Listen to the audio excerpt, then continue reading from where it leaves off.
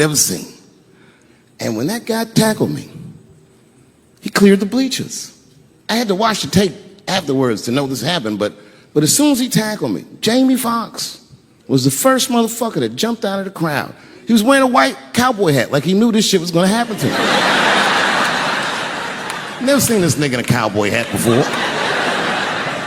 And Jamie started chasing that motherfucker around like any given Sunday. And that kid was fast as shit, was juking and shaking, and he broke Jamie's ankles, and he just kept running. And then Jon Stewart from The Daily Show ran from backstage and jumped at this motherfucker like Super Jew. He was like, ah! And the kid seen Jon coming, so he jumped back, and Jon went flying that way. And this kid was fast, and then he turned around. He sees the emergency exit. He starts running for the emergency exit.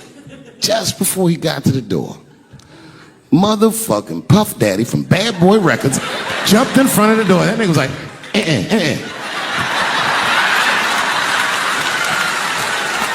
Boy, Puffy got that motherfucker. And then every celebrity just ran out, because every celebrity saw themselves in me, and they just started beating the fuck out of that kid. And I know Chris was backstage looking like, nobody helped me.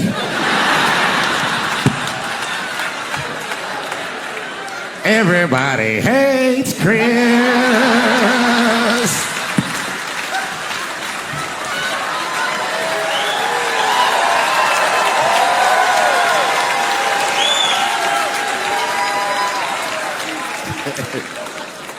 Look, it was way more intense than what you guys might have read. I don't know what you read, but the kid, while we was beating on him, reached in his waistband, pulled out a .22 caliber pistol. That shit was mayhem. Everybody started screaming, oh my God, he's got a gun, he's got a gun. And then I got scared. I was in the back, but I was scared, because I knew that everybody that was with me was armed. Yes, if they had shot and killed this kid on stage at the Hollywood Bowl, like I pay you to do, Travis,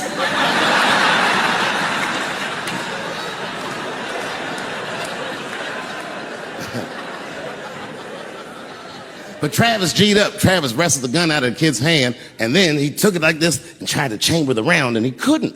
So he pulled the trigger, and it wasn't a gun. A knife blade popped out of the front. I guess this kid was gonna stab me. Some scary shit. So the next night, even though I didn't have a show, I said, I gotta get right back on stage. And I went and did a show. And someone in the audience screamed out, Dave, what happened with the attack? And I didn't know there was journalists in the room. All I said was that this nigga had a knife that identified as a gun. I got 6 more weeks of bad press for that joke. I didn't even do nothing to this nigga. That was not right. That was not right. And then the New York Post went to the jail and interviewed my attacker like he was some kind of hero. And I read that interview. It turns out the entire attack was my fault. Yes, I triggered him. I didn't mean to. I had done jokes about the homeless. It turns out this young man was homeless. And I mean, there's no way I could have known this. But I will say, for a homeless guy, this nigga had incredible seats.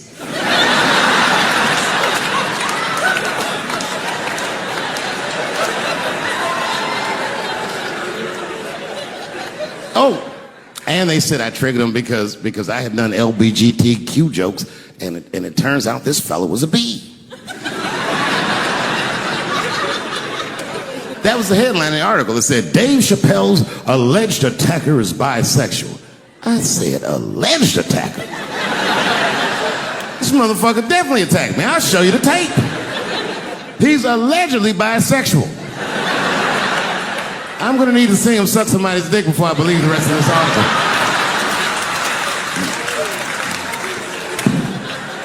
I read that shit in the paper. I was horrified. I was like, oh, bisexual? I could have been.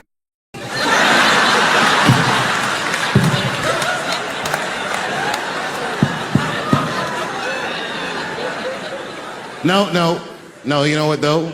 It's not funny because after all that madness ensued, I went to the hotel room. I was by myself and I opened the door and my wife was in there alone. She was sobbing, like sobbing. I said, oh my God, what's wrong with you, bitch? Did you get attacked too?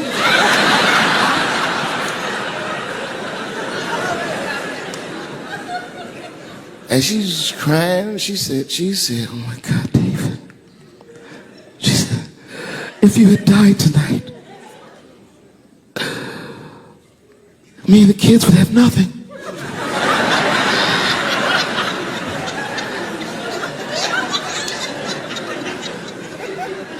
Then I knew it was serious. So I sat down on the bed next to her. And I reached in my pocket, I pulled some keys out that she'd never seen before. She said, oh, what are those keys? And I gently placed them in her hands. I said, sweetheart, those are the keys to my safe deposit box. God forbid anything ever happen to me. But if it does, don't even worry about it. You and the kids have everything you need in that box. I've already taken care of it.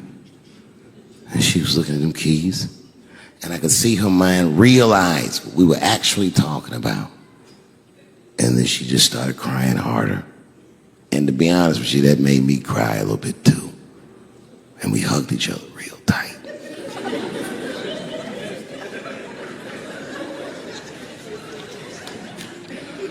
Do you know this bitch looked in the box while I'm alive and well? Who does that? Oh my God. And then she was mad at me. She said, God damn it, David, I opened that box. I said, you did? She said, yes, I did. And there was nothing in there.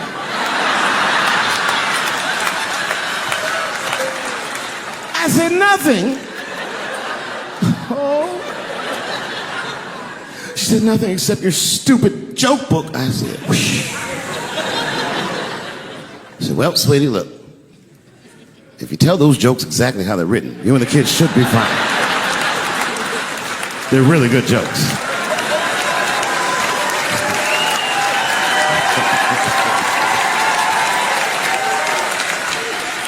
She's like, good jokes? What is this shit? Come join me in my watery grave. No, you gotta roll your throat.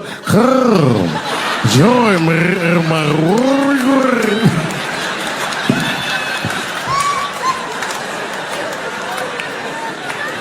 I said, I need a gun immediately. The guy didn't answer, no questions. He just grabbed a 12-gauge shotgun, handed it to me. I'd never even held a gun before. I'm not a dummy. I'm like, well, I need some bullets too. And the guy reached under the counter, put 2 box shells on the counter. He said, all right, buddy, which box do you want? I didn't know. One box had pictures of some ducks on it. The other box had a picture of some deer. I said, well, what's that box with them ducks? He said, oh, that there's birdshot. And then he goes just like this, I'm not exaggerating, he goes, that won't kill a man. He said, it'll just pepper him up nicely. I said, what the fuck? Pepper? I said, well, what's that box with the deer on it? He goes, oh, that there's buckshot. That'll put a hole in the goddamn truck if you wanted to. So which box do you want? And he picked the one with the deer up and shook it. I thought he was trying to trick me. I was like, do you have a box with a picture of a white dude trespassing on it? Because it's exactly the strength I'm looking for.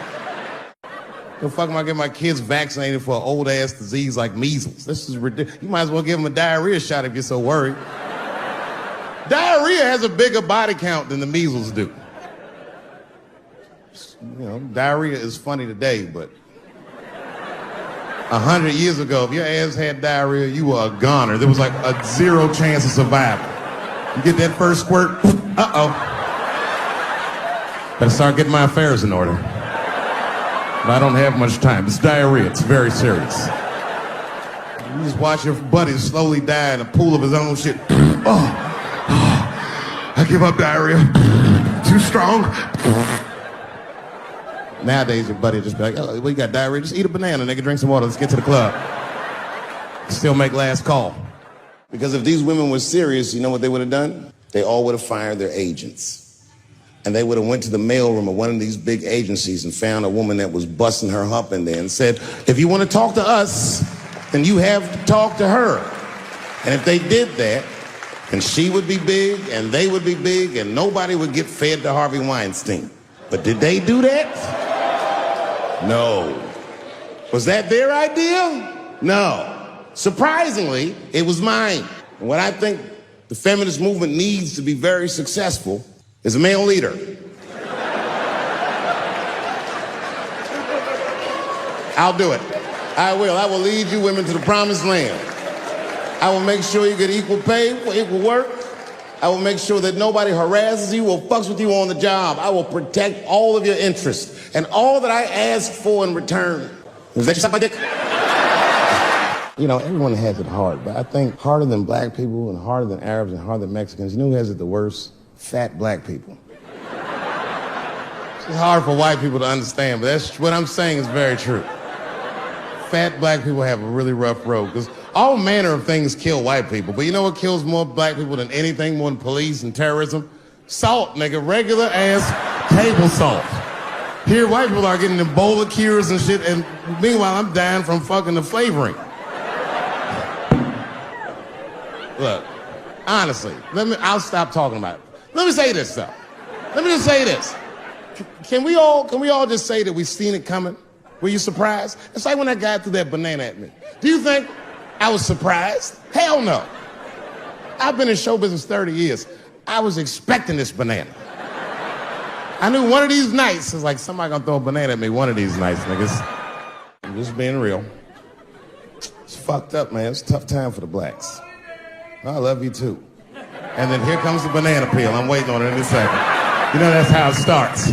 I saw in the paper today that the guy that threw the banana at me got arrested again because he threw a banana at another motherfucker in a bar in Santa Fe. Look it up online after the show. He actually did that. And that guy was black too. I'm just saying. And you know what a guy said he did it at night? He said, I did it because Dave Chappelle is racist. So, nigga, that's not the best way to handle that if I am racist. What if Martin Luther King just went around throwing tuna casserole on white people? Would that work? Huh? I seen your girl bubbling. She's drunk as hell, buddy. Listen, sir, I don't know what she's saying, but just take my advice. Get some water in her, or you're gonna have some dry pussy when you get home. I remember I was at this bar one time. This is that kind of bar it is. I was in there one time, I was fucked up, and I turned around to everybody in the bar, I go, hey, everybody, I'm gonna buy everyone in the bar around the drinks. And all the motherfuckers like, hoorah! And the bartender knew I was drunk, so she pulled me aside. Mr. Chappelle, are you sure about that? That's going to be $16. Guess who was in the bar? I thought I was seeing things. I looked across the room, and I saw the trans bitch from the picture. I said, what is a trans person doing in a place like this? This is very dangerous behavior. And she was with two big, buff, gay black dudes. I didn't know these dudes, but I know they was gay. If they had a dick in their mouth, they wouldn't look any gayer than they did just sitting there. They had 1980s gay face. You know what that is? Remember in the 80s when gay people looked surprised all the time? You think like Caitlyn Jenner's a bad person. I'm not mad at her for doing it. Not even mad at Sports Illustrated. If I'm mad at somebody, I'm probably just mad at myself. You understand? Because deep down, I know that I am not strong enough to not look at those pictures. And I don't think I'm ready to see what she's trying to show me.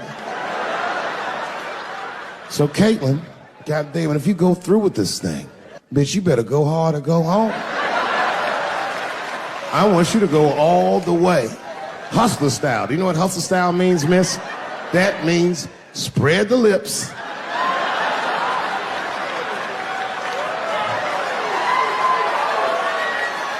I hope she spreads her lips and there's an itty bitty dick inside. Ah! The show is behind the curtains. Gender is a fact. You have to look at it from a woman's perspective. Look at it like this. Caitlyn Jenner, whom I've met, wonderful person. Caitlyn Jenner was voted Woman of the Year. Her first year as a woman. Ain't that something? Beat every bitch in Detroit. She's better than all of you. Never even had a period. Ain't that something? Oh, I'd be mad as shit if I was a woman. I'd be mad if I was me. If I was in a BET Awards sitting there and they're like, and the winner for Nigger of the Year, Eminem, my man. You can see it. You ever have this happen? This is how confusing it is. This is the practical application of what I'm talking about. Like a guy be out, this happens to a lot of guys, you be at a club, bar, right? You're just kicking with your boys, and a girl walks by, and man, she looks good. She looks good. Not good in that classical way. I mean, you know, I'm talking good like she got half her ass hanging out her skirt. Her titties are all mashed together, popping out the top of her turtleneck and shit.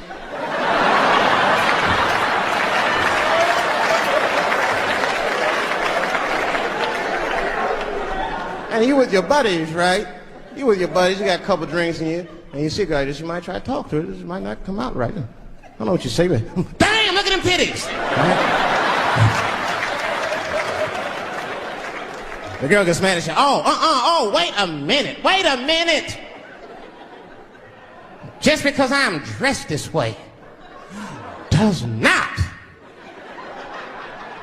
make me a whore. Which is true. Gentlemen, that is true. Just because they dress a certain way doesn't mean they are a certain way. Don't ever forget it. But ladies, you must understand that that is fucking confusing. Just is. Now that would be like me, Dave Chappelle the comedian, walking around the streets in a cop uniform. Somebody might run up on me. Oh, thank God. Officer, help us. Come on, they're over here. Help us. I'm like, oh, just because I'm dressed this way does not make me a police officer. You understand what I'm saying? It's like, all right, lady, fine. You are not a whore. But you are wearing a whore's uniform, I'll tell you that shit right now. I'll never forget the first time I was on stage. The guy that introduced me was a guy named J.T. Newton. I'm 47. I can close my eyes and remember the introduction like it was yesterday. It went like this. Ladies and gentlemen, this next young man coming to the stage is starting his comedy career tonight. Who knows? We may be witnessing the birth of a star. Please welcome Dave Chappelle.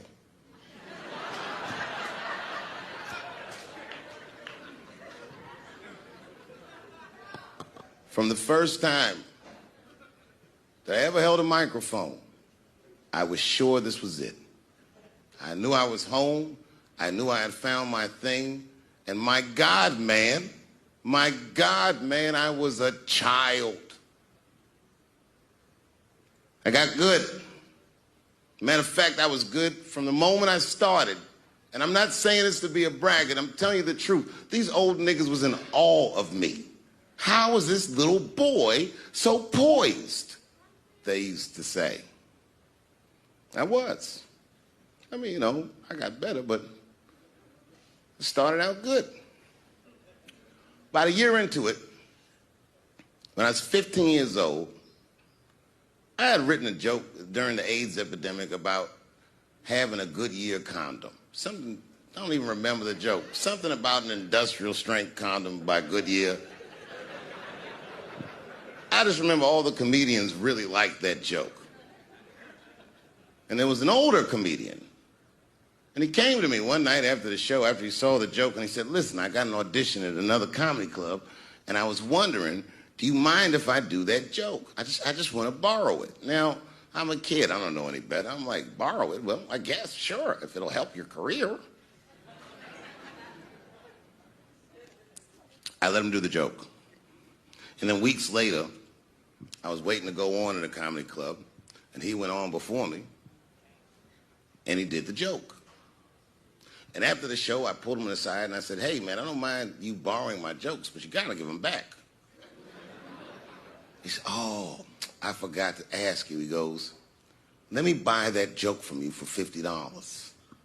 And I said, man, I'd do it, but I'm just starting out. I need all the material I can get. The idea being that the more material I can accumulate, the faster I'll be able to make money for my work. I said, I can't do it. I want my joke back. I'll never forget this. Remember, I was a 15-year-old child. This guy was a grown-ass man. He stood up over me so I could see how big he was. And he said to me, really? I can just take it. And he did. I got scared because I was a child. But I never forgot that. I never forgot that. I was 15 years old. I'm 47 now. I think about this guy all the time. When I look at my own kids and I see how young and innocent they are, I can't believe someone did that to me. And I don't think about it every day because that was the worst thing that happened to me. I think about it every day because that was the first time that someone ever did that to me. But in my career, it has happened many, many times since, where someone would intimidate me or scare me and take something that I believe was mine. I'll tell you another story. Now I'm 18 years old. I'm living in New York City, and I just finished my first road tour, which was a very difficult tour. I'll spare you the details. Now I'm back in New York, but my rent is paid, thank God. And I have $60 to my name, and a woman that I had met in Pittsburgh, a bad Dominican bitch,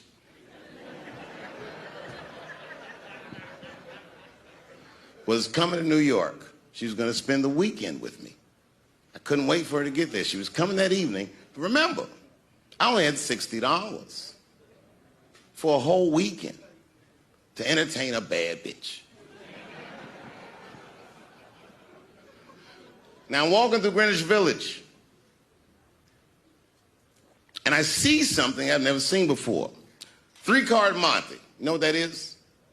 Yeah, the guy had the whole thing. The table was set up, and he had the 3 cards, and the crowd was hooting and hollering, and he was like, find the red card, find the red card, and people were playing. Sometimes they win, sometimes they lose, but it was really exciting, and I'm standing there watching it, and I noticed while I'm watching them play this game that the red card, the one you're trying to find, had just a little bend on the corner.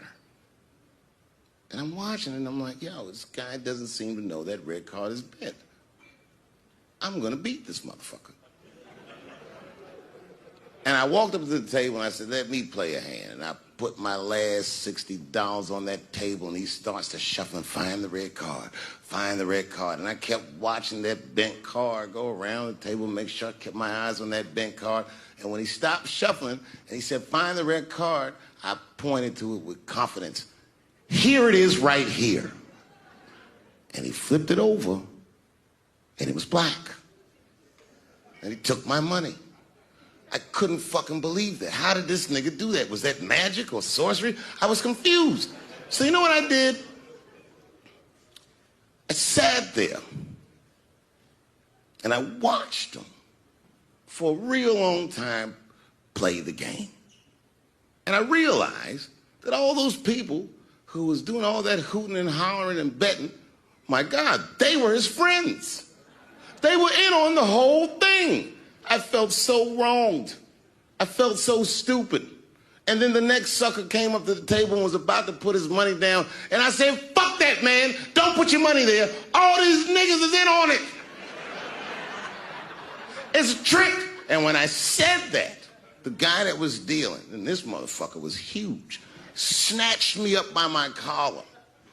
Feel how strong he was when he grabbed me. I was a skinny little guy.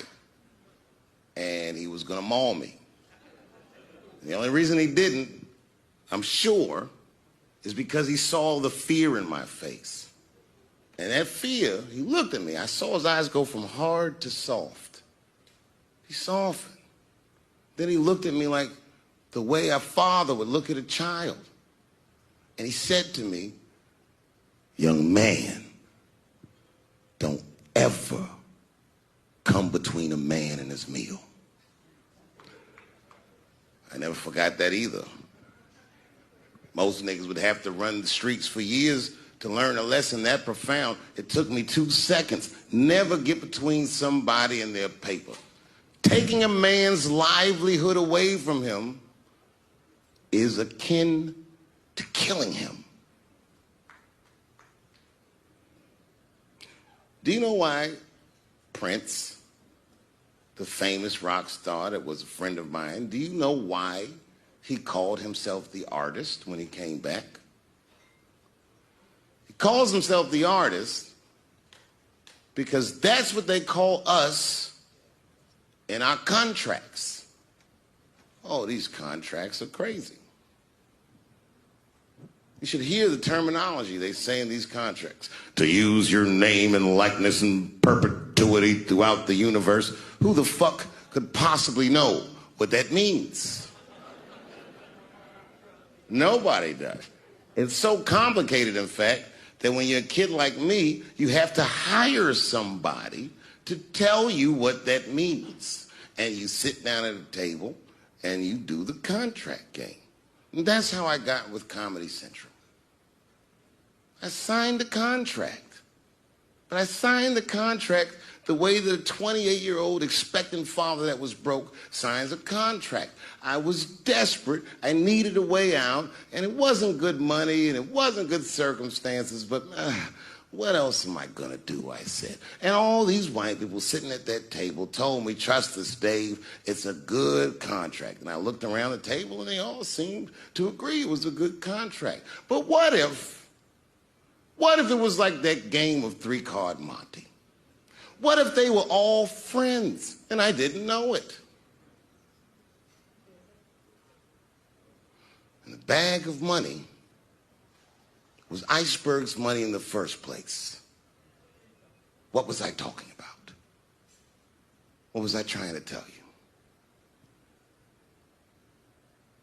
Last week, 2 weeks ago, whenever it was, I call Lauren Michaels and I tell him, okay, I'll do it. I'll do Saturday Night Live on election night. And the day I made that phone call, the day I committed to it, it gets announced that Netflix is streaming Chappelle's show. Not just Netflix. HBO Max is streaming it too. I'll tell you another story about HBO. No, hear me out.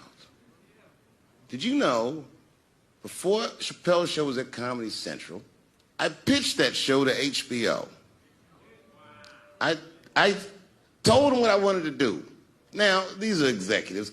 All they have to do is say, yeah, we'll take it, or no, thank you, we won't. But they didn't say either of those things. They went too far. They said, literally, what do we need you for? That's what they told me, as they kicked me out of the office. What do we need you for? And here we are, all these years later, and they're streaming the very show that I was pitching to them. So I'm asking them, what do you need me for?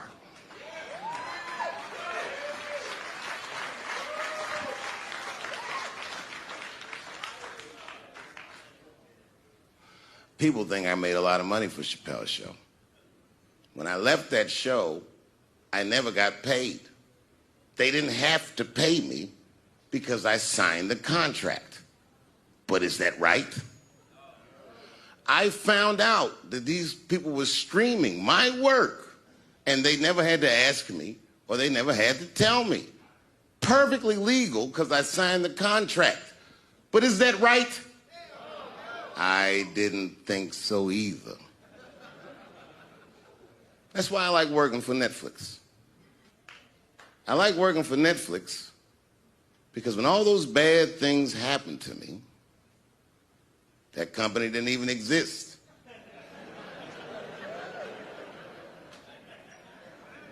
And when I found out they were streaming Chappelle's show, I was furious. How could they not know? So you know what I did? I called them and I told them that this makes me feel bad. And do you want to know what they did? They agreed that they would take it off their platform just so I could feel better. That's why I fuck with Netflix. Because they paid me my money, they do what they say they're gonna do, and they went above and beyond what you could expect from a businessman. They did something just because they thought that I might think that they were wrong. And I do. I think if you are fucking Streaming that show, you're fencing stolen goods. They stole that from me. They just took it. And I'm not up here trying to tell you guys that I believe that Comedy Central gave me a raw deal just because I'm black.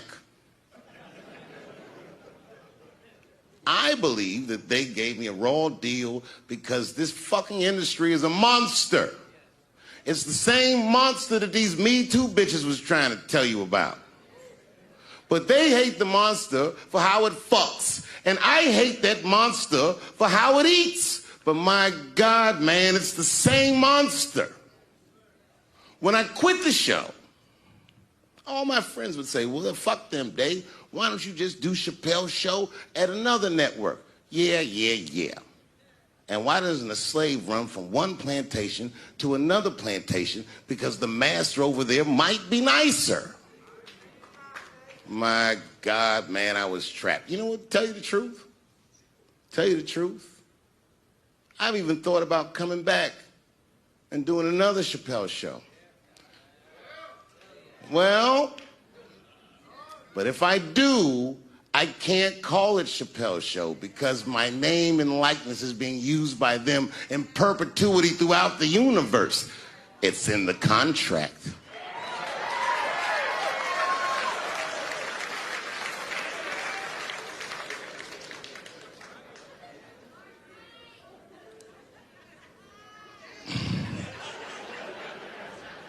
You're not supposed to do this in my business. I'm up here doing something that nobody else in this business has the balls to do. I'm telling you something that you need to know. I'm trying to explain to you what you're seeing. You don't understand what you're seeing.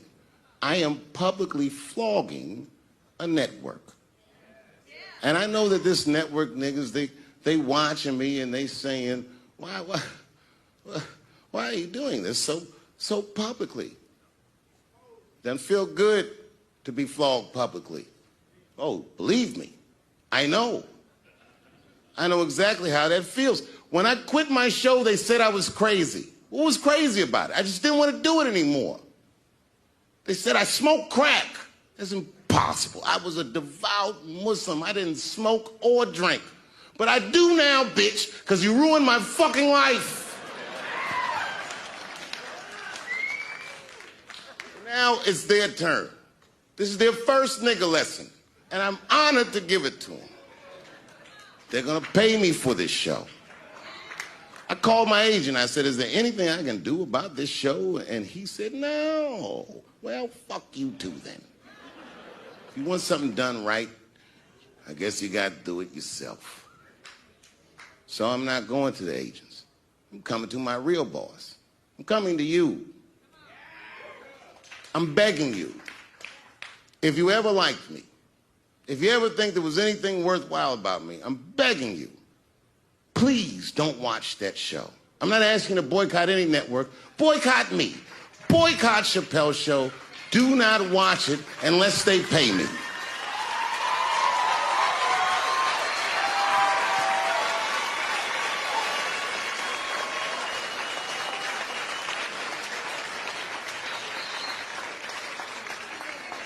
If you're a shareholder at Viacom, then I'm talking to you. Because all that shit that they do to us, well, they do everything for their shareholders. That's what they told me. So if you're a shareholder in that company, tell them it's wrong. And if you don't believe that it's wrong, then fuck you too. You should know what's in the hot dogs you eat. Now, there's probably a bunch of people at Comedy Central and Viacom and all these places that have no idea what I'm talking about. They've all either quit or been fired or got Me Too'd or something. Them niggas is gone. And there's a whole bunch of new young people there, and they're probably looking like, what is he talking about? They may not actually know what the fuck happened to me. So I'll tell you what I'm talking about. Go downstairs to your accounting department, open the books, see what that show made, and look at what you paid me. That's exactly what I'm talking about. You're going to pay me. I am inviting you to come with me and work with me. And let's fight against that terrible, terrible feeling that you made me feel together. We can fight together and work this thing with Chappelle's show out. Or I can just take it. Thank you. She was just like, you need to stop doing that. And then I tried to change the subject. I go, how is school going, boys? And my sons tell me, well, we didn't have school today, technically. I'm like, well, what's going on? He said, well, there was like a school shooting drill. I never heard of this. You know what this is? They have drills that they make kids do where they practice what to do if somebody comes to shoot up their school. I'd never heard that before. I was like, what the fuck? Then I had to tell my sons the truth. I didn't want to tell them this shit. Son, listen to me. Fuck that drill. If somebody comes to your school and wants to shoot it up, I'm just gonna be honest with you. You probably gonna get shot, nigga. I'm just being real. You got a famous dad. I talk a lot of shit. They're gonna be gunning for you, little buddy. Just stay low and run in a zigzag pattern and don't try to save anybody, son. Do you understand me?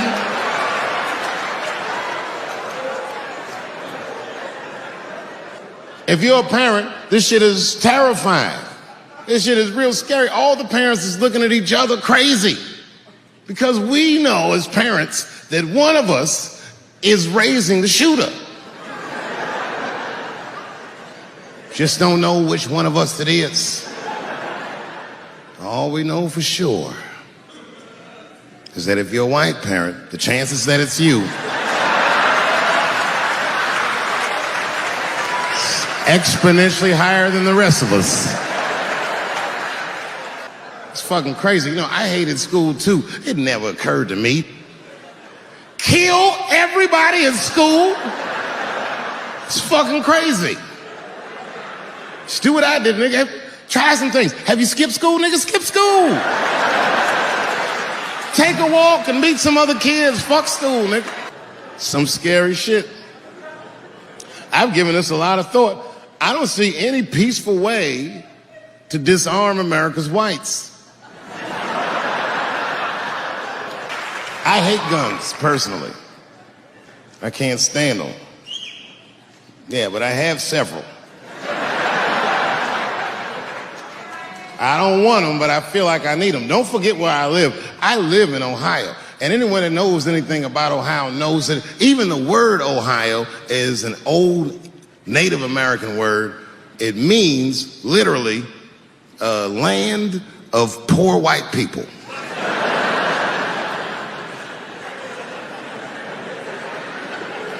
And I don't know what's going on down here, but in my experience, poor white people love, and I mean they fucking love, heroin.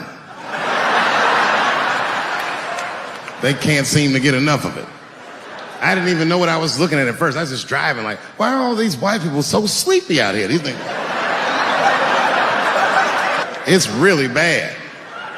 As a matter of fact, I was coming out of a nightclub the other night in Dayton, and I'd parked my car in the alley, and no one was out there. I didn't have no bodyguards or nothing. I was home. I figured everything was fine. And as soon as I opened my car door, all by myself, suddenly one of these heroin-addicted whites just pops out of a trash can. It scared the shit out of me. I screamed, ah!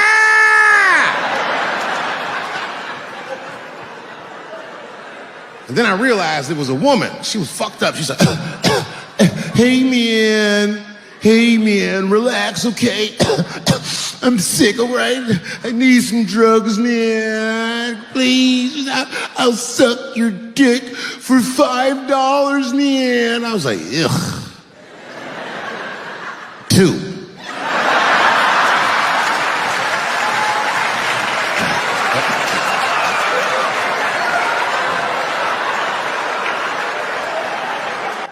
Obviously, I'm joking. This opioid crisis is a crisis. I see it every day. It's as bad as they say. It's ruining lives. It's destroying families. Sadly, you know what reminds me of us?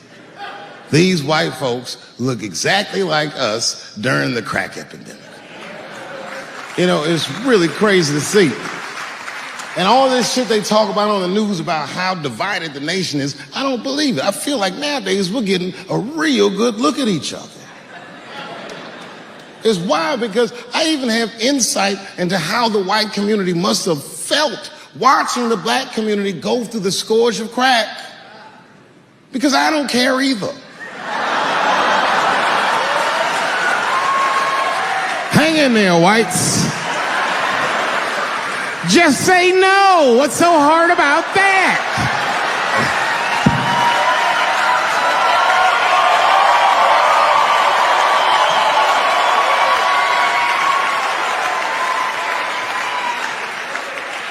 Remember when y'all said that to us? But it's okay. There's no grudges. Now you finally got it right. Once it started happening to your kids, you realize it's a health crisis. These people are sick. They are not criminals. They are sick.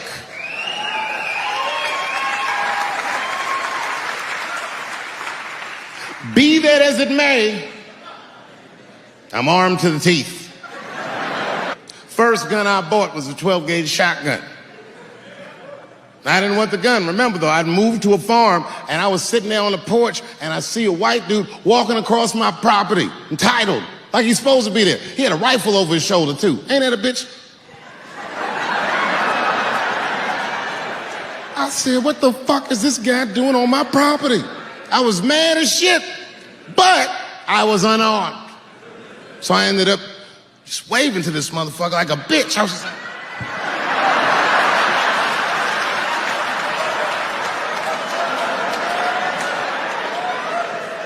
And as soon as he got far enough away, I ran to my car and sped to Kmart.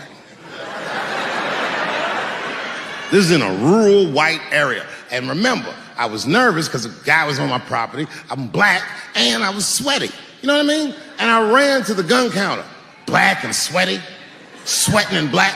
And I looked up at the nigga, I was like, I look like a slave or something. I said, I need a gun immediately, like that.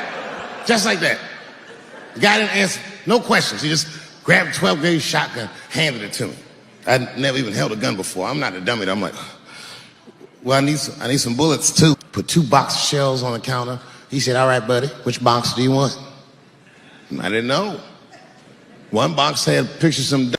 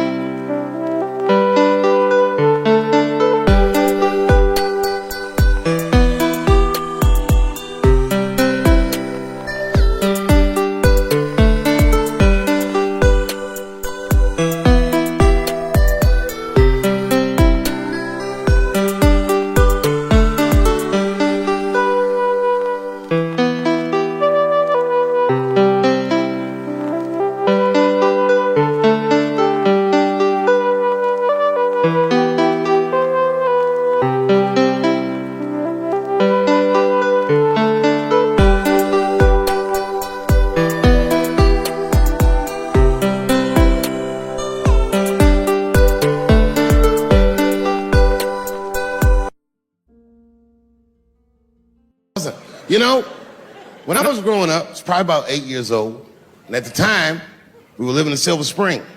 Yeah. Yes. Common misconception about me in D.C. A lot of people think I'm from the hood. That's not true.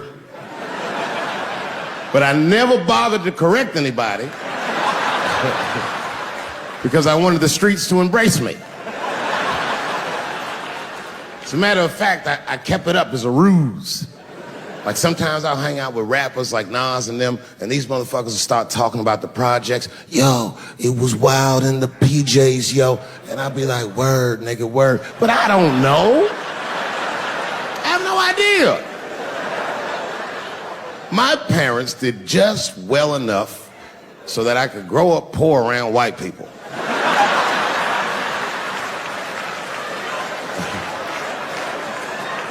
And to be honest, when Nas and them talk about the projects, nigga, I used to get jealous because it sounded fun.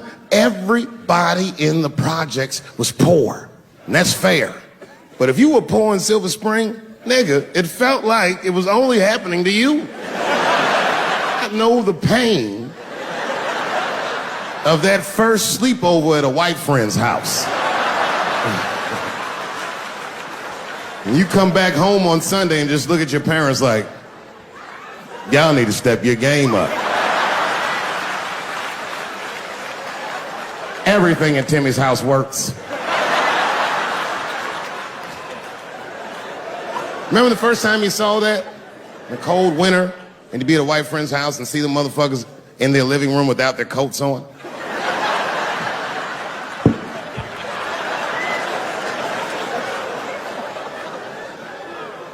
Timmy was one of my first white friends, like, in my life, man. He's a good dude, too. He moved to Silver Spring from Utah, of all places.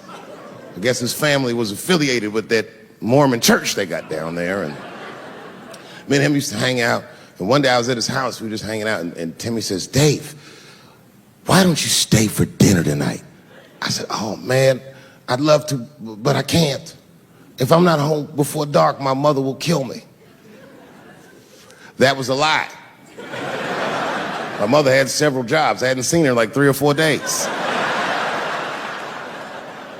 At that point in my life, it was my experience that white dinner wasn't delicious.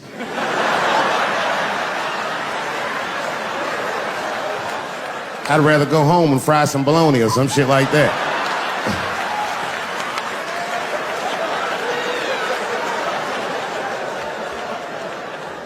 But then old Timmy threw me a curveball I wasn't expecting. He said, it's too bad you can't stay, Dave, because Mom made stovetop stuffing.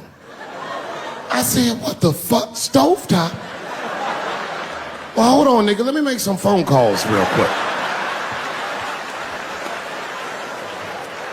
I had seen that commercial so many times, I had dreamt of getting my hands on some of that stovetop stuffing.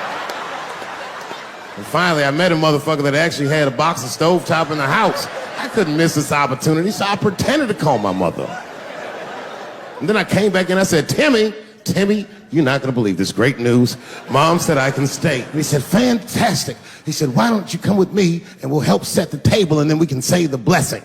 I had no interest in setting this motherfucker's table or saying these crazy ass Mormon prayers. I just wanted that goddamn stuffing. My hands first. My plan was simple. Wash my hands slowly, and by the time I'm done, the table will be set, the blessing will be said, and all that there will be left to do is eat. Went to the bathroom. I washed my hands very slowly. I must have been in there for about 10 minutes. And suddenly, one of his mothers came to the door.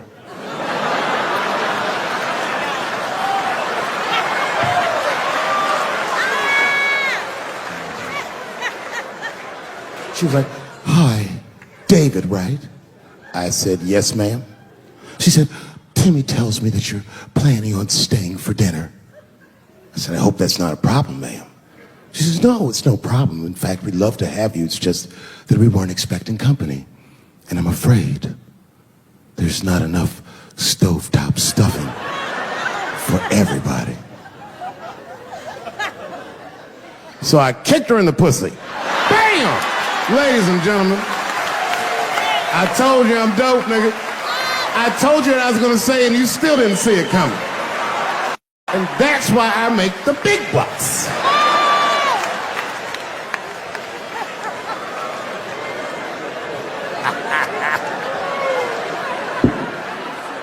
Oh my God.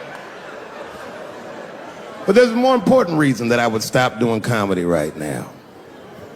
And this reason is the real reason that's been percolating, and it really is the crowd, not you. I'm talking about the crowd on the big stage. It's too hard to entertain a country whose ears are so brittle. Motherfuckers are so sensitive, the whole country is turned into bitch-ass niggas.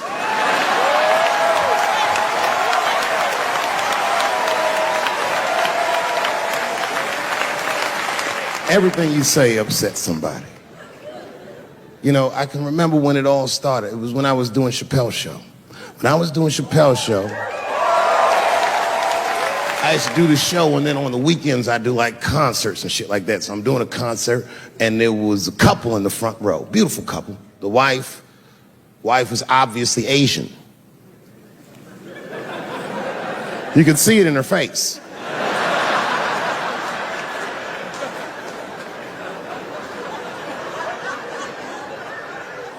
The husband, this motherfucker was mysterious, to say the least. Couldn't quite pinpoint where he was from. Caramel-colored fella, very nice hair, but he could have been from anywhere. Bangladesh, Mexico. I can't guess with a nigga like this. All I knew for sure about this guy is that his wife was a bitch. I could see that in her face, too. No, he was laughing and having a good time, and she was scowling at me at a goddamn comedy show. I couldn't figure it out. And then I realized at some point that she was pregnant, and I was smoking on stage. I said, oh my God, that's probably why she's mad. So I started to put my cigarette out, but then she hit me with one of them fake non-smoker calls. So I just kept smoking. I thought to myself, bitch, that babe will be fine, relax. And I tried to break the tension. I just asked her. That's all I said. I go, hey, where are you guys from anyway? And I could tell that she was on to me. She goes, very condescendingly, she says, I'm from California. If you're asking my ethnicity, I am Chinese. He was like, I'm Mexican, bro. I said, well, I'm sorry if I offended you by asking, but you're a very beautiful couple. And miss, there's no question that you're going to give birth to the hardest working baby this world has ever seen.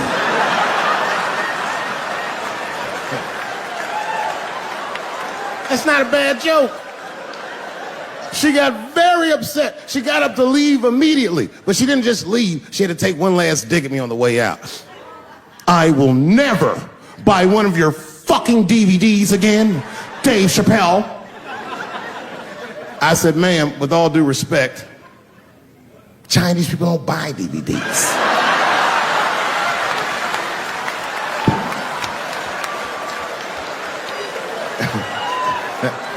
And the crowd went crazy. We were all laughing, having a good time. I didn't even think anything of it. And then just 3 days later, this lady sends a fucking letter to my promoter telling him not to book me for shows anymore because I was, quote, racist, and I'm quoting her, insensitive to the nature of my interracial marriage. I was like, word, bitch, I was.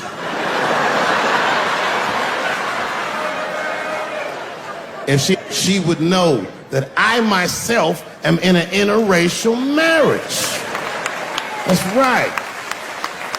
In fact, my wife is Asian too. Surprise, bitch, I'll see you on Thanksgiving.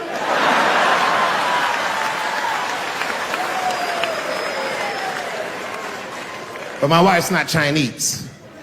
She's Filipino. That's right, that's right. And our kids are Puerto Rican somehow, so there you go. I don't give a fuck about interracial marriage. In fact, you know what? My mother is half white. A lot of people don't know that. Well, all right, you were a little too excited, but okay. A lot of people don't believe me when I say that, but it's true. You can't tell looking at me. But if I grew my hair out, you would think you was at a fucking Cat Williams concert. My shit is beautiful. Motherfuckers are just taking it too far. I don't know why or how everybody got this goddamn sensitive. You know who hates me the most? The transgender community. Yo, yeah, these motherfuckers. I mean, I didn't realize how bad it was. These motherfuckers are really mad about that last Netflix special.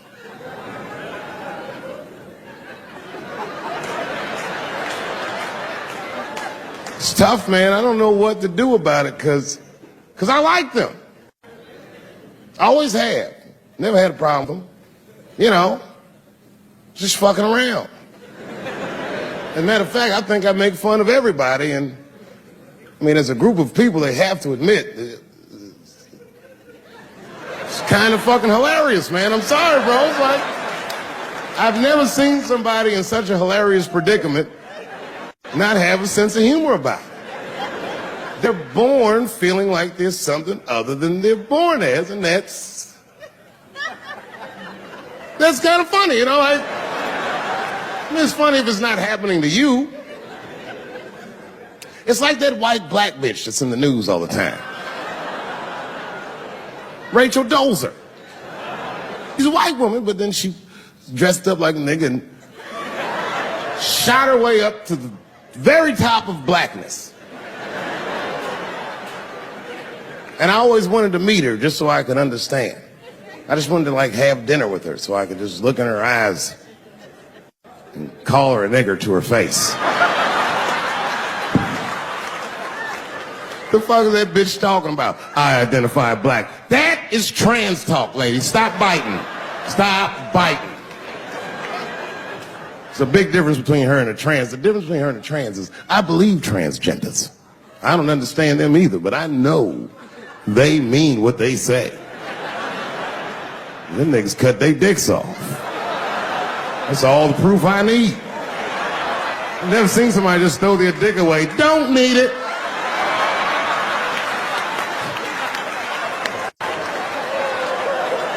I don't understand, but I believe you and I support your decision, motherfucker. But how far is Rachel willing to go? What is Rachel willing to do so that we blacks can believe that she believes she's actually one of us? Bitch, are you willing to put a lien on your house? Invest in a mixtape that probably won't work out?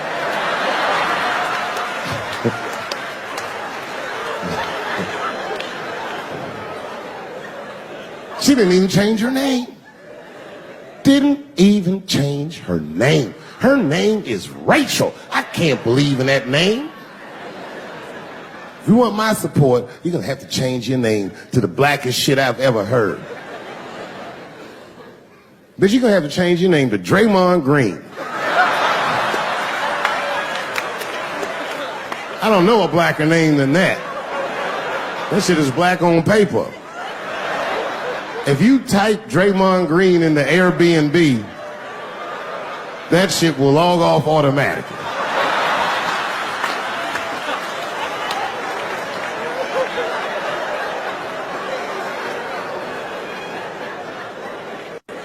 Yeah, people get mad, bro. People get mad about everything I say. I was doing a show. I was in Portland, Oregon. And I was checked in a hotel under the name Charles Edward Cheese.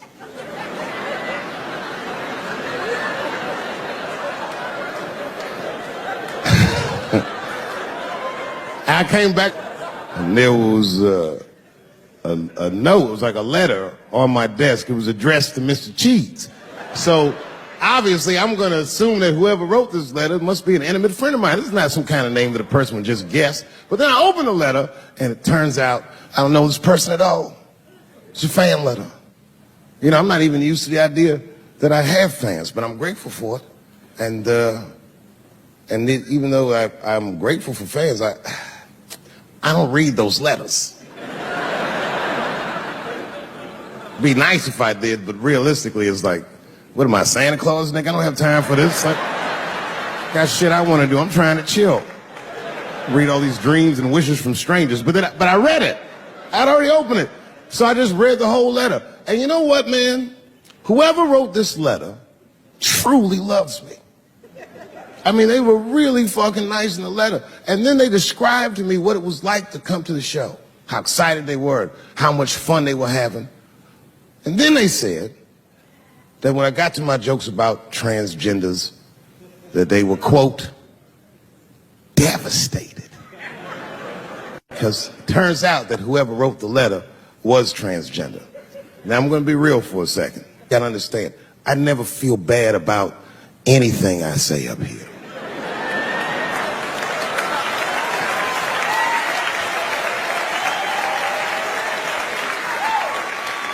And I would never admit this to you if I hadn't locked your phones up.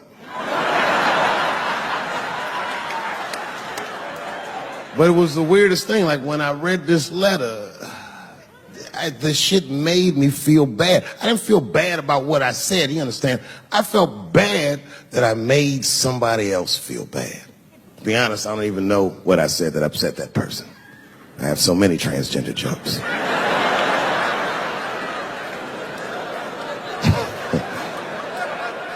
But I feel like it was probably this joke I'm about to tell you right now.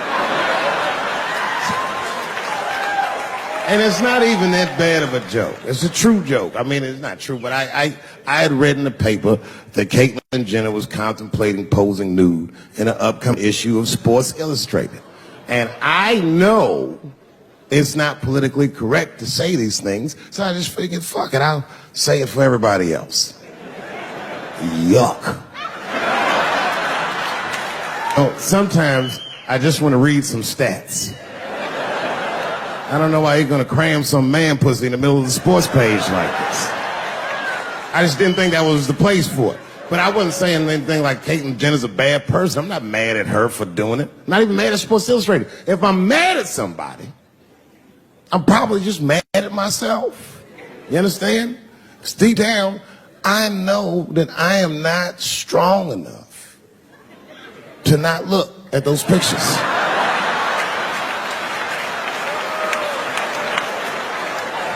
And I don't think I'm ready to see what she's trying to show me. So Caitlyn, goddamn, if you go through with this thing, bitch, you better go hard or go home. I want you to go all the way. Hustler style. Do you know what hustler style means, miss? That means spread the lips.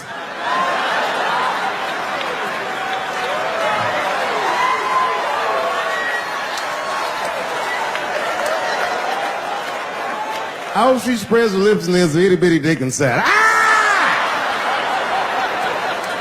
The show is behind the curtains.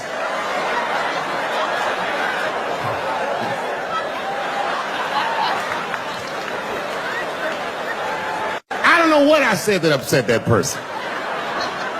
But I'm going to tell you something.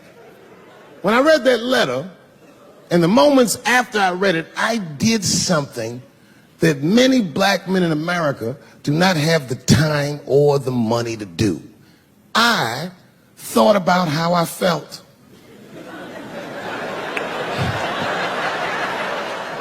Asked myself a very basic question that I don't think I ever directly contemplated. I said, man, Dave, if you're writing all these jokes, do you have a problem with transgender people?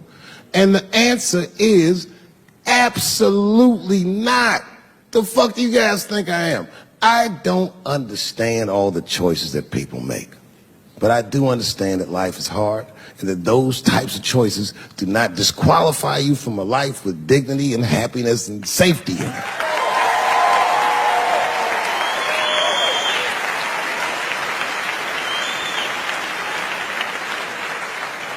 But if I'm honest,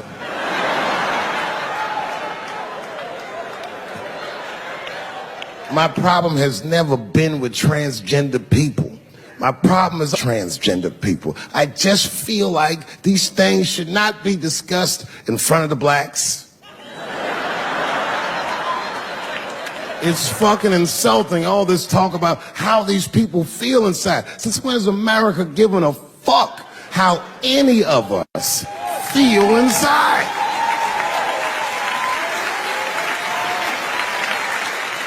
And I cannot shake this awful suspicion that the only reason everybody is talking about transgenders is because white men want to do it. That's right. I just said that. If it was just women that felt that way, or black dudes and Mexican dudes being like, hey, y'all, we feel like girls inside, they'd be like, shut up, nigger. No one asked you how you felt. Come on, everybody. We have strawberries to pick. It reeks of white privilege. You never asked yourself why it was easier for Bruce Jenner to change his gender than it was for Cassius Clay to change his fucking name?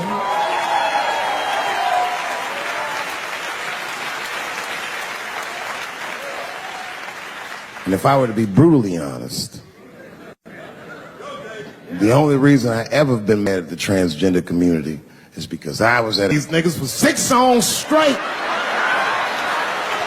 I had no idea. And then the lights came up and I saw them knuckles. I said, oh no! And everybody was laughing at me. Hi, world star. I said, why didn't you say anything? And then I heard that sultry voice. I didn't say anything, Dave Chappelle, because I was having a wonderful time. And I wasn't sure how you'd feel about it. I said, you knew how I'd feel. And she said, I'm going home. I don't want any trouble from you. I said, home? It's only 2 songs left. I mean, we might as well finish tonight. And we ended up having breakfast together. Oh, grow up. That doesn't make me gay. I just titty fucked her. His titties are as real as any titties in L.A. It's 2 o'clock in the morning. I was just borrowing a little friction from a stranger. Whoops!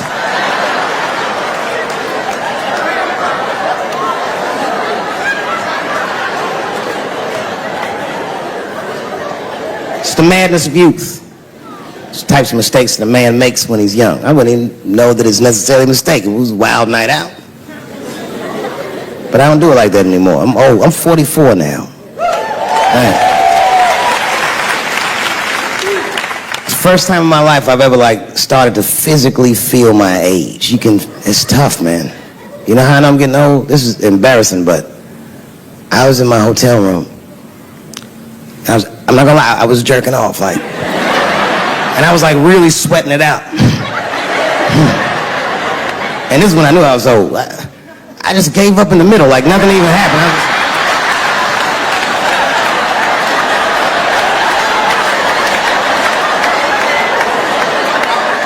I don't like looking at my dick anymore. My dick looks distinguished. It's old, an old looking dick. It's got salt and pepper hair all around it. My dick looks like Morgan Freeman in the 90s. Without the dots. My dick narrates. Dave pulled me out and started jerking me around and jerking me around. But not with the same vigor as when he was young. He and I both knew nothing was coming out.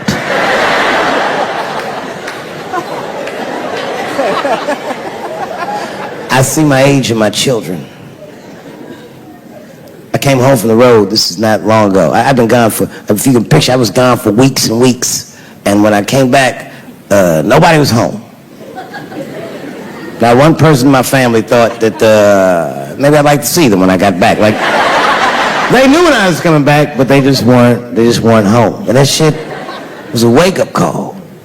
When my kids were little, and the tour bus would pull up to the house, these motherfuckers would spill out. Dad is home, hooray! And they'd hug me and kiss me, and then as the years went on, they'd get less interested. Hey everybody, look, it's Mr. Promises back from the road.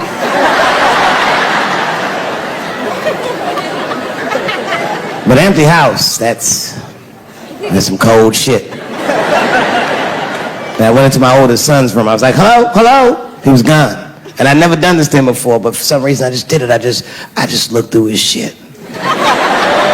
Just to see who this motherfucker was becoming. And I found these notebooks and I started going through the notebooks and there was all this wonderful poetry in them. Written in his handwriting. I didn't even know this nigga wrote poems. And then I looked through his drawers and I opened up his middle drawer and I found this rolling paper. And I looked down at them papers oh, that's where that poetry's coming from.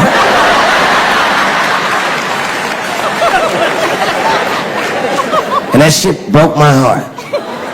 I mean, I smoked weed, but I mourned my son's innocence. And I cried a little bit. And I took his papers upstairs to my room. Rolled some weed that I'd hid from the family. And I got really high. And then I got paranoid. So I put his papers back how I found them. So he wouldn't know what I was up to. This nigga won't even know that happened until he sees his special. there, nigga, I found your papers. He's a cold motherfucker. Let me tell you, this kid is only 16 years old. Listen to what he did to me. This motherfucker calls me up in the middle of the night. It was 1 o'clock in the morning. He goes, Dad, don't be mad. I knew something was terribly wrong. I said, what's going on? He said, listen, I'm fine. And don't forget, you told me to do this. I'm at a party, and my designated driver had too much to drink. And me and my friends need you to come pick us up. I said, Jesus Christ, it's 1 o'clock in the morning, nigga. I am shit-faced.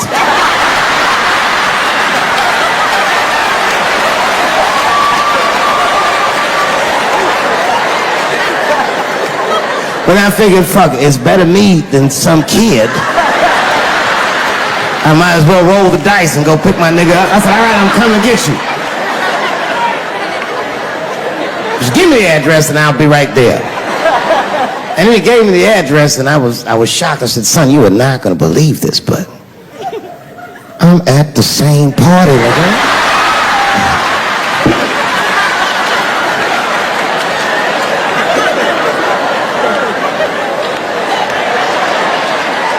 They grow fast, don't they?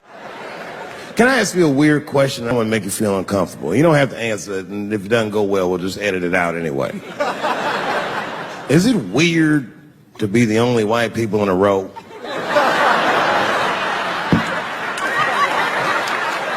Is it weird? I mean, you can be honest. Does it feel strange? Are you worried at all? Give me your money, motherfucker. I'm just fucking around. This guy got ice in his veins. He didn't even buckle. You know, like many black men my age, the first time I voted was 8 years ago. Right. I saw Obama on TV and said, oh, I'm voting for this nigga. I remember the day I voted for Obama. I voted in Ohio, and my vote matters in Ohio. Ohio is a battleground state. But when I pulled up to the polls, all the soldiers were in line. There were so many black people in that goddamn line. I didn't even know it was a polls. I thought it was a check cashing place.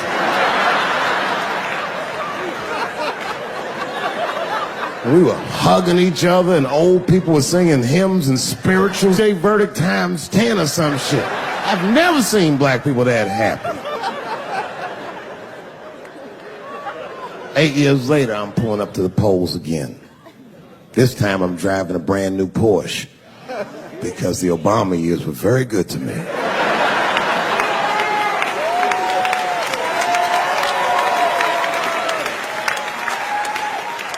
I was early voting, and when I parked my car, I figured out something that it would take the rest of the country another week to figure out.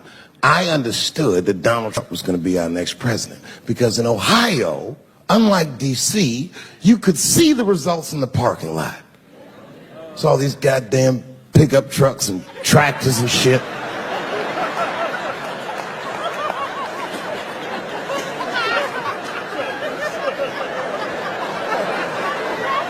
And then I walked up and I saw a long, long line of dusty white people.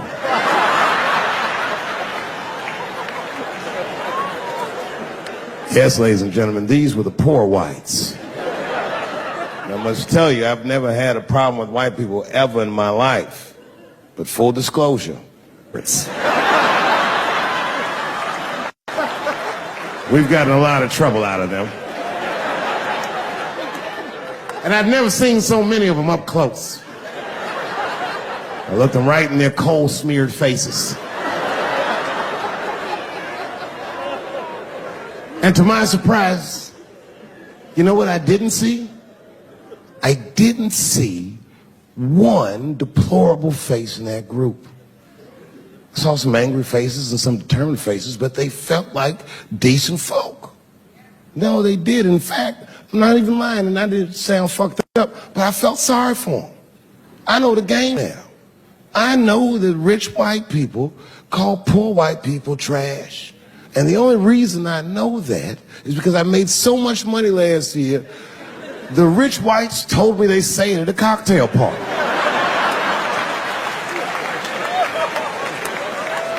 And I'm not with that shit. And I stood with them in line like all of us Americans are required to do in a democracy. Nobody skips the line to vote. And I listened to them. I listened to them say naive, poor white people things. Man, Donald Trump's gonna go to Washington and he's gonna stand there thinking to my mind, you dumb motherfucker.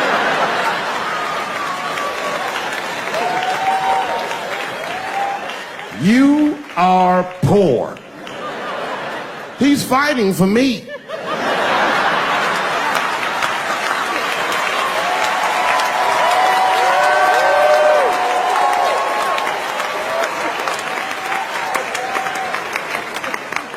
And they all looked at me. They could tell who I was voting for just as easily as I could tell who they were voting for. But do you guys know what we all had in common? Not one of us, not a single one of us, looked like we felt good about what we had to do in that booth. We were just doing our goddamn duty. Yes, I voted for Hillary Clinton. Of course I did. I voted for her because I liked what she said vastly better than I liked what he said. But to be honest with you, at that point, that shit was like watching Darth Vader do the I Have a Dream speech. That bitch is mean as hell. She'd already Karate Kid swept Bernie Sanders' legs from underneath him. Boy, it was hard voting for that shit. But it was the lesser of the evils. I know you were a Clinton supporter, Miss I am sorry for her. But it didn't feel as good as it should have. She was gonna be our first woman president. They were gonna make coins out of this bitch.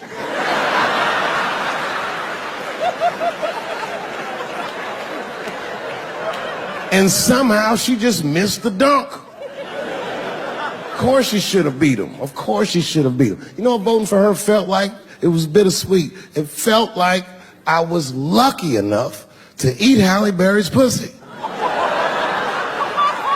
And whilst I was doing so, she fucking farted in my face, man.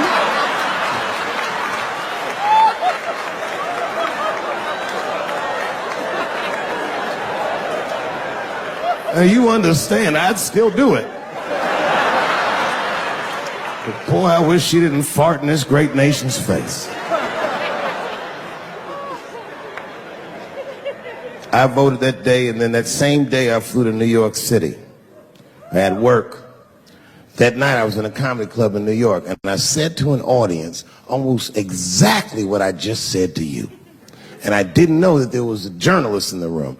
And this journalist wrote an article. The headline of the article said, Dave Chappelle is an avid. Yeah, I had no idea the paper said that. And you know how I found out? My wife called me from Ohio the next morning in a goddamn panic.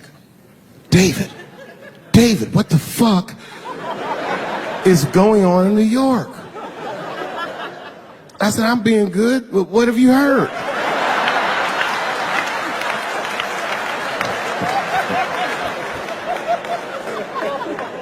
And my wife said, the paper is saying that you're a Donald Trump supporter. I was like, whew.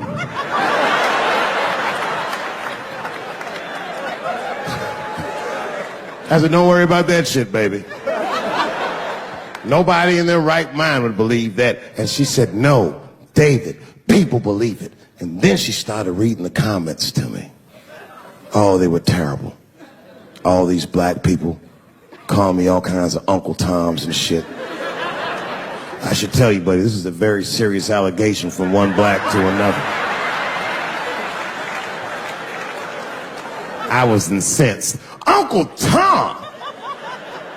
How am I Uncle Tom, nigga? You the one that reads the Observer? Anyway, all this shit goes down around, and now Trump is the president, and I'm hosting Saturday Night Live.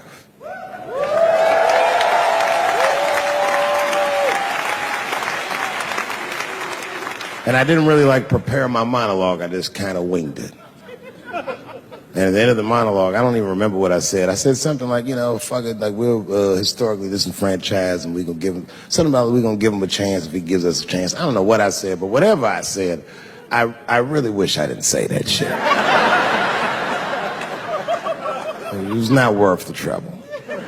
Now I walk into the barber shop and all them black people just be looking at me like, yo, Dave, what's up with your boy? Yo, nigga, yo! Not my boy. Because I don't care if you're a Republican or Democrat, if you support him or not, any objective person is going to have to admit that this motherfucker is having a terrible go of it. It really is.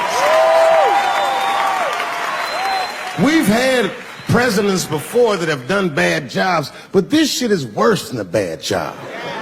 It's scary to watch.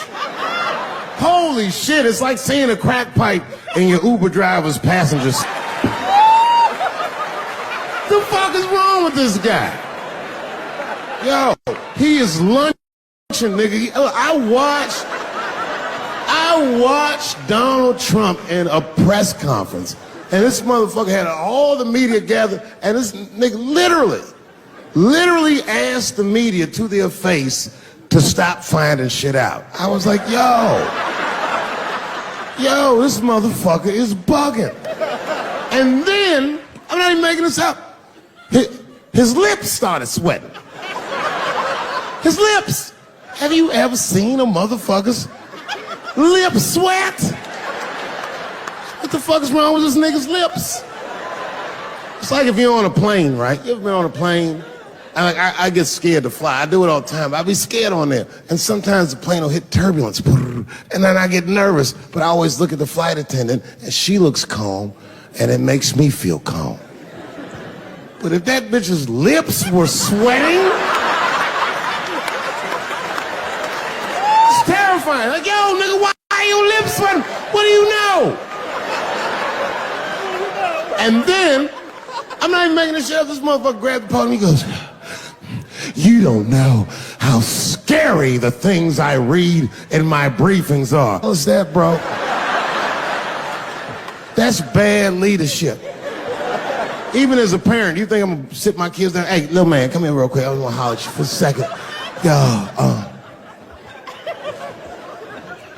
I'm 3 months behind on the rent, nigga, and I am worried. Very worried. Go to school and have a productive day, nigga. I was just thinking out loud, getting some shit off my chest. Like, what the fuck are you doing, bro? This is bad, man. Jesus Christ. All this motherfucker's ideas sound like high people ideas. Like he doesn't think these things through before he tells us. He just tells us what he's thinking as soon as it occurs to him. This shit sounds nuts. I'm gonna go to China and I'm gonna get those jobs from China and bring them back here to America. For what, nigga? So iPhones can be $9,000? Leave that job in China where it belongs. None of us want to work that hard. What the fuck is he thinking? Because I don't want to make them shits. What the fuck are you doing? Stop trying to give us Chinese jobs. I am going to bring back coal. Coal? I'm not even exaggerating. I have never in my life even seen a fucking lump of coal. I honestly don't even know what coal is for. If you're gonna have motherfuckers digging around in the dirt looking for shit, find me some truffles, nigga. That's what I'm about. And these truffle prices are getting out of control. If it gets any worse, I'm gonna be back down to regular butter like everybody else. Terrible, terrible job. This motherfucker hit North Korea with rap battle threats. Fire and fury, like, yo! Yo, what are you doing?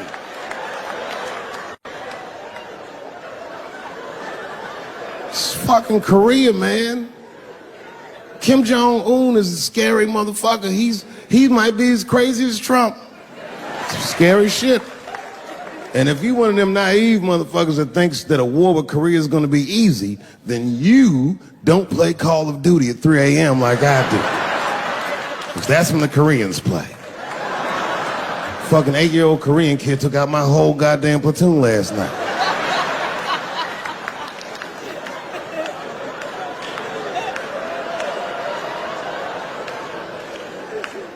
I've never seen somebody in the office so high with the most just basic fucking solutions. Like, you know, we should not let any more Muslims in the country till we can figure out what's going on. Did he just say, figure out what's going on?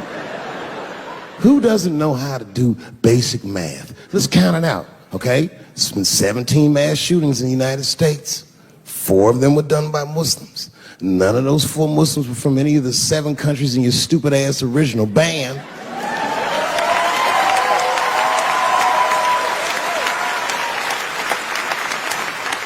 And since he brought it up, the other 13 shootings were done by the Tiki Torch whites.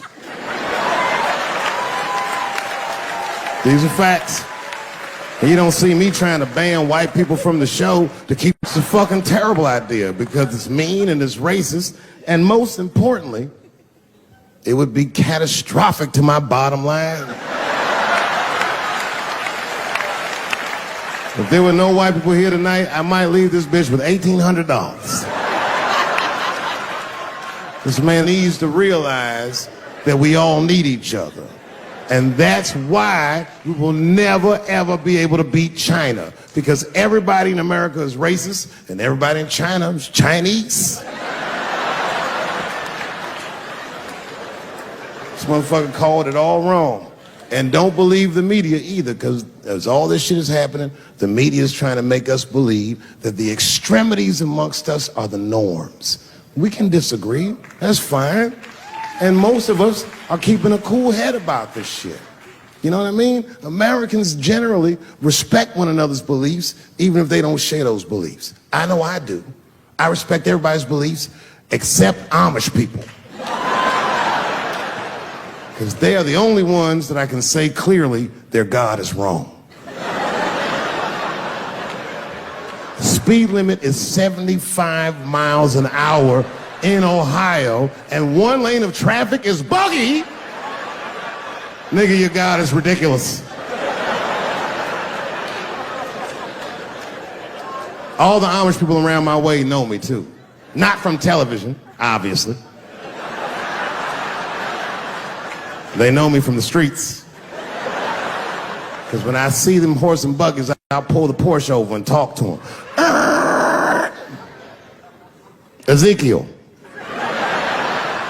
Ezekiel, are you sure that God doesn't want you to have any of this technology or this energy?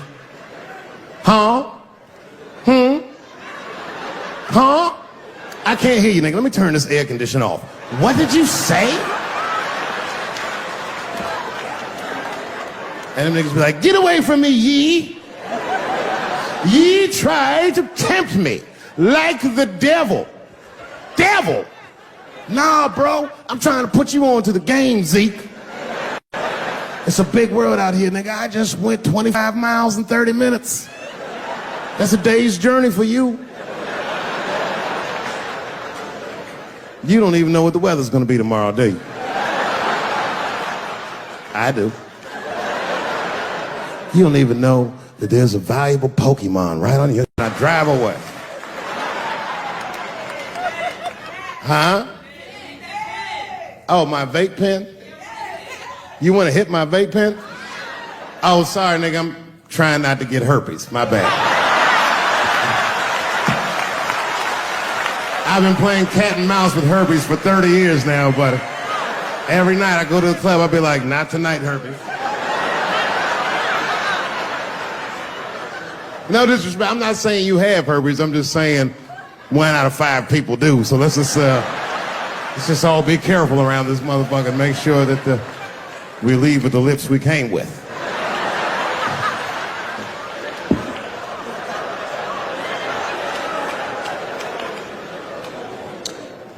Sometimes I think that the media is hard on Trump. Because I'll see shit that they get on him about that doesn't seem bad to me. And the nigga got on Trump about not staying in the White House enough. Who gives a fuck? This motherfucker was rich. Used to shit in the gold toilet. It's true. I don't know if you've ever been to the White House. It looks like a very nice place to work, but I wouldn't want to live in that Scooby-Doo ass house either. That shit's terrifying looking. Imagine you trying to jerk off.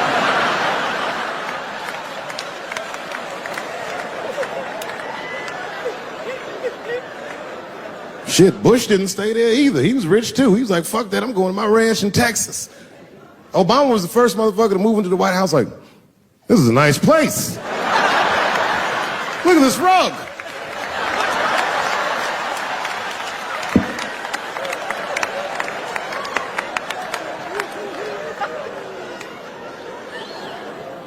The media got on him about putting Jared Kushner in his cabinet, and I didn't think that that was the worst thing he'd done. I mean, it was still early, and I mean, it's not unprecedented. Kennedy had his brother as the attorney general, right? And this motherfucker's a Washington outsider. To be honest with you, I'd probably do the same thing. As a matter of fact, I do. You think I go to a Hollywood meeting with all them white folks by myself? I bring my nigga Mac Mittens from the streets. I don't even know his real name. Everybody just calls him Mac Mittens. But I know he's not qualified to even listen to these meetings, but this motherfucker just makes me feel good. And all the white people look at me like, Dave, do you mind asking your friend Mac Mittens to excuse us so that we can talk business? And I say, fuck that. Anything you say. He listened to the whole meeting. And when they done talking, I just look over at Mac Mittens, and if he gives me the signal, meow, meow, I'll sign the papers. It's a gut check. Or how about this one? Remember when it was the day after the election and the president of Taiwan called Donald Trump to congratulate him? And Donald Trump, you know, of course, took the call and talked to the president of Taiwan. The problem with that was Taiwan doesn't have a president.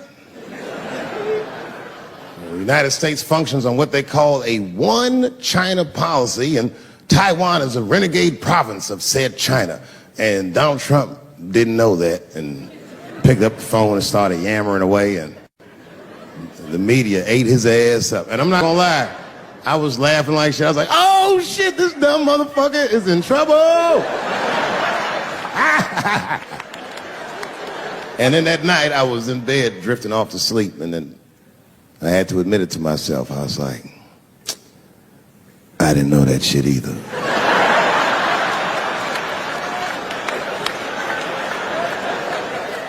And then I realized the media got the story wrong. The story wasn't that Donald Trump took the call. Nobody told Donald Trump not to take the call. That's terrifying.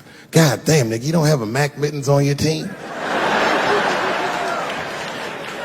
It wasn't like they were calling the White House. They were calling the switchboard at Trump Towers, and they were getting through. Anybody. Mr. President, there's a Ricky Ticky Tabby on the phone for you? Yes, put him through. Hello, Ricky Ticky. Good to talk to you. Mr. President, there's a John Jacob Jingleheimer Smith on the phone. Oh, his name is my name, too. Put him through. Hello, John Jacob. Let's talk business. How many people in this room are not originally from the United States? My round of applause. Where are you from, bro? You right there. Iraq. You're from Iraq? Ew. I was fucking around. How long have you been here in the country? 23 years. 23 years? Are you a citizen yet? You are? Congratulations, nigga. Congratulations. Well, welcome to this great land. You know, I'm going to give you a history lesson, because I'm sure this wasn't on your entry exam. But every naturalized American has heard something about what I'm about to tell you. The picture is the early 50s in the United States. This 14-year-old boy goes down from Chicago to Mississippi to meet his extended family for the first time. He'd never been to Mississippi. And before he went, his mother said to him, very pointedly, she said, if a white man looks you in your eyes in Mississippi, look away.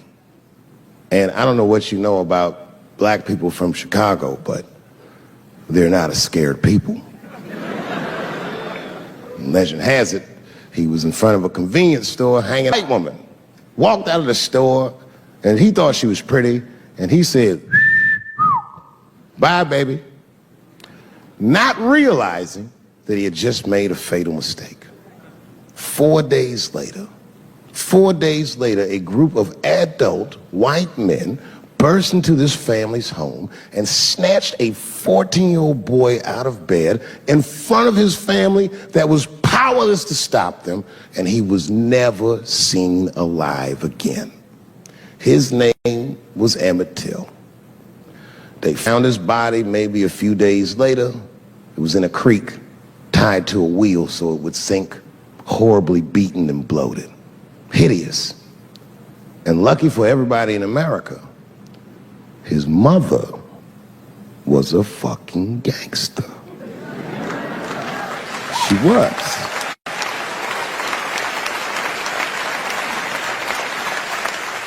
If you can imagine, in the very midst of a mother's worst nightmare, this woman had the foresight to think about everybody. She said, "Leave my son's casket open." She said, "The world needs to see what they did to my baby." And every publication here in the United Times had this boy's horribly bloated body on its cover. And if our civil rights movement was a car, this boy's dead body was premium gas. This was a very definitive moment in American history where every thinking and feeling person was like, ugh, we got to do better than this. And they fought beautifully, and here we all are.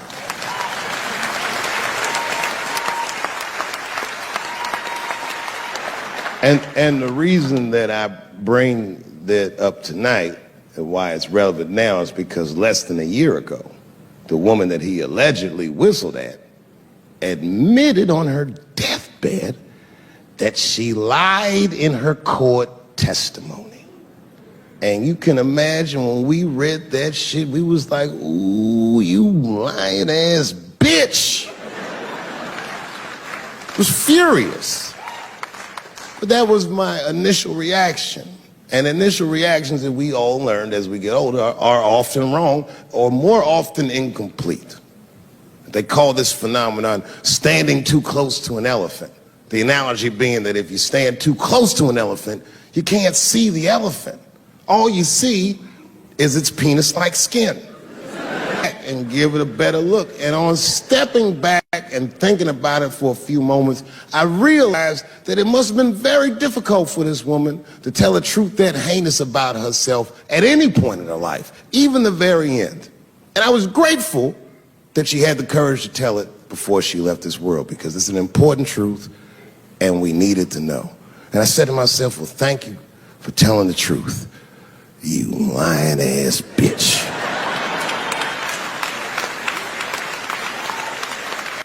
And then time goes on, and then after time, you can kind of see the whole elephant. And it's humbling, because you realize that this woman lied, and that lie caused the murder. But that murder set in motion a sequence of events that made my wonderful life possible, that made this very night possible. How could this be that this lie could make the world a better place? It's maddening.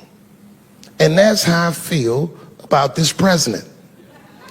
I feel like this motherfucker might be the lie that saves us all.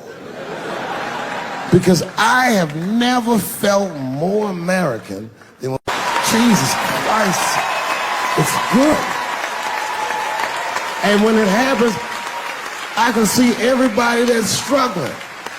So if I'm on stage and I tell a joke that makes you want to beat up a transgender, then you're probably a piece of shit and don't come see me anymore. Or if you don't understand that when a football player takes a knee during the national anthem, he's actually standing up for me, then you might not want to fuck with me anymore. But I swear, no matter how bad it gets, you're my countrymen. And I know for a fact that I'm determined to work shit out with y'all. And if that woman that said that heinous lie was alive today, I would thank her for lying. And then I would kick her in the pussy.